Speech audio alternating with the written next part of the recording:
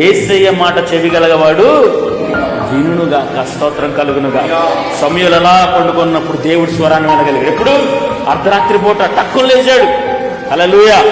మనకా కుక్కల ఏడుపో కుక్కల అరుపులో వినపడితే లేవుతుంది టక్కున.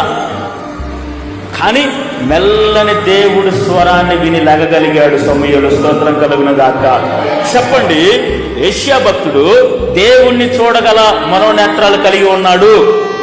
యెషయా భక్తుడు దేవుడి స్వరమును వినగలిగేంత ఆత్మీయ చెవులను కలిగి ఉన్నాడు. స్తోత్రం కలుగునుగాక. ఆయన వెళ్ళి అడుగుతా ఉన్నాడు, చూస్తా ఉన్నాడు.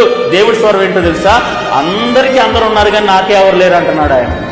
అందరికి అందరూ సహాయం చేసుకుంటున్నారు, అందరికి అందరూ పనులు చేసుకుంటున్నారు, కానీ నా కోసం ఎవరు నిలబడతారు అన్నప్పుడు ఆయన అంటాడండి, నేనున్నాను, నన్ను పంపుము అంటాడు. స్తోత్రం కలుగునుగాక. యెషయా గ్రంథం 6వ అధ్యాయంలో మాట్లాడుతూ ఉంటాడు. మనం కూడా ఒకటి గమనించాలా, దేవా నేను నీ దగ్గరికి వచ్చి ఏం చేయాలి? హల్లెలూయా.